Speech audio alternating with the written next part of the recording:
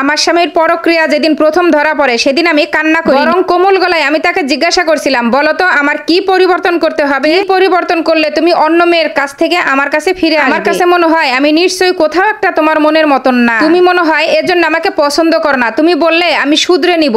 এ কথা শুনে আমার স্বামী আমাকে বলল, তুমি একজন ভার্সিটি প্রফেসর, অথচ তুমি ভীষণ সাদামাটা থাকো, এটা আমার মোটেও পছন্দ না। আমি মনোযোগ দিয়ে শুনলাম আমার স্বামীর বলা কথাটা, আর ভাবলাম আমার হয়তো কোথাও সমস্যা আছে। আমি একজন ভার্সিটি প্রফেসর, তার জন্য যে আমি সব দিকে ঠিক থাকবো এটা কোনো কথা? আমি হয়তো আমার স্বামীর চোখে স্মার্ট না, কিন্তু বিশ্বাস করেন আমি যথেষ্ট স্মার্ট একটা মেয়ে। তারপর আমি আমার হাজবেন্ডের কথা মনোযোগ দিয়ে শুনলাম। এরপরে দীর্ঘ 2 মাস লাগিয়ে আমি নিজেকে আরো বেশি স্মার্ট করলাম। নিজের সাদামাটা খোলসটা সরিয়ে এবার আমি বাইরের জগতে বেরিয়ে পড়লাম।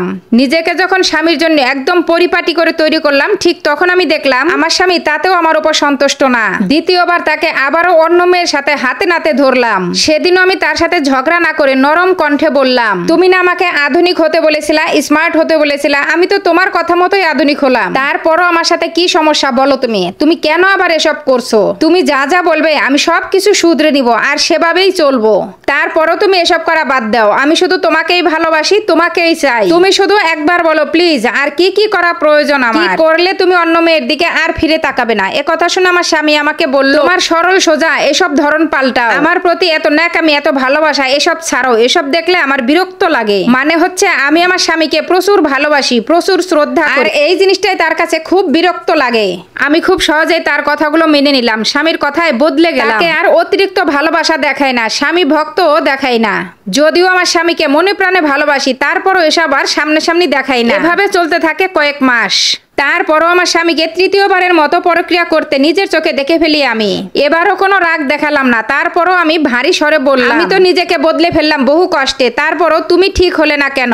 তুমি ঠিক যা যা বলেছিলে সবই তো করলাম, নিজেকে বদলে ফেললাম, তাও কেন তুমি আমার কথা শুনলে না? কি দোষ ছিল আমার? তখন আমার স্বামী রেগে গিয়ে কি বললো আমায় জানে? বললো আমার তুমিটাকেই পছন্দ না, তুমি আমার আশেপাশে থাকলে তোমার অতিরিক্ত ভালোবাসা দেখলে আমার দম বন্ধ লাগে। যার স্বামী এতবার পরক্রিয়া করে সে কিভাবে শান্ত থাকে? তুমি কি আদৌ আমাকে ভালোবাসো? তুমি যদি আমাকে সত্যিকারে ভালোবাসতে তাহলে তুমি অন্যের সাথে দেখে আমাকে রাগ দেখালে না কেন? একবারও রাগ দেখিয়েছো আমার উপরে, রাগ হয় না তোমার? আমার এখন তুমিটাকেই পছন্দ না, তোমাকে দেখলে আমার রাগ হয়। স্বাভাবিক আর 5টা মেয়ের মতো হতে পারো না তুমি?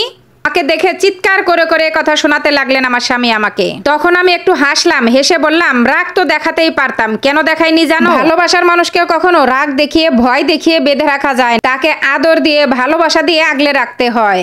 শোনো, আমিও রক্তে মাংসের মানুষ, আমার রাগ অভিমান সবকিছুই হয়, কিন্তু আমি চেয়েছিলাম আমার ভালোবাসা দিয়ে তোমাকে ফিরিয়ে আনতে, কিন্তু দিন শেষে দেখলাম আমার সবকিছুই ব্যর্থ হলো। আমার আগেই বোঝা উচিত ছিল যে ছেড়ে চলে যাবে সে শত অভিযোগ দিয়ে ছেড়ে চলে যাবে, যেটা আমি এখন হারে হারে বুঝতে পারছি। যাই হোক, তোমাকে আমি মুক্ত করে দিয়ে গেলাম, আমি আর তোমার সাথে থাকবো না, তুমি ভালো থেকো। এই স্টোরিটা থেকে আমরা একটা শিক্ষা নিতেই পারি, কাউকে মাত্রা অতিরিক্ত ভালোবাসা দেখাতে নেই। আর সে যদি বুঝতে পারে যে আপনি তাকে প্রচন্ড পরিমাণের ভালোবাসেন, তাহলে সে আপনাকে বাঁচতে দিবে না। এই স্টোরিটার সাথে আমার বাস্তব জীবনের কোনোই মিল। আজকের মতো আমার ভিডিওটা এখানেই শেষ করছি। সবাই ভালো থাকবেন, সুস্থ থাকবেন। সবাইকে আসসালামু আলাইকুম।